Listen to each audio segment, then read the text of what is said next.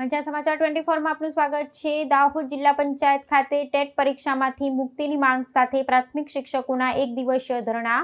માંગ નહીં સંતોષાય તો રાજ્યવ્યાપી ઉગ્ર આંદોલનની ચીમકી। દાહોદ જિલ્લાના મુખ્ય મથક ખાતે આવેલી જિલ્લા પંચાયત કચેરી પરિસરમાં આજે શિક્ષકો દ્વારા એક દિવસીય પ્રતિક ધરણા કાર્યક્રમનું આયોજન કરવામાં આવ્યું હતું।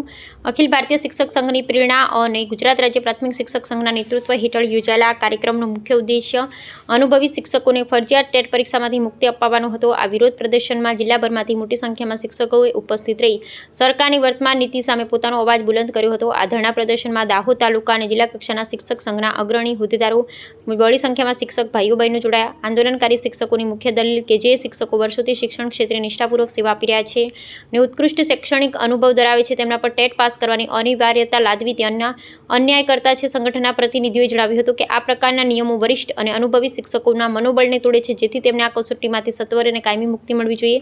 આ એક દિવસીય શાંતિપૂર્ણ વિરોધ પ્રદર્શનના અંતે શિક્ષક સંઘના પ્રતિનિધિ મંડળે પોતાની પડતર માંગણીઓ સંદર્ભે સંબંધિત ઉચ્ચ અધિકારીઓને એક વિસ્તૃત આવેદનપત્ર સુપ્રત કર્યું હતું। શિક્ષક સંગઠને સ્પષ્ટ ચીમકી ઉચ્ચારી છે કે જો રાજ્ય સરકાર દ્વારા તેઓની આ વાજબી માંગણીઓ સંદર્ભે વહેલી તકે કોઈ હકારાત્મક નિર્ણય લેવામાં નહીં આવે તો આગામી સમયમાં આ આંદોલનને વધુ સઘન બનાવી ઉગ્ર અને રાજ્યવ્યાપી સ્તરે વિરોધ પ્રદર્શનો હાથ ધરવામાં આવશે।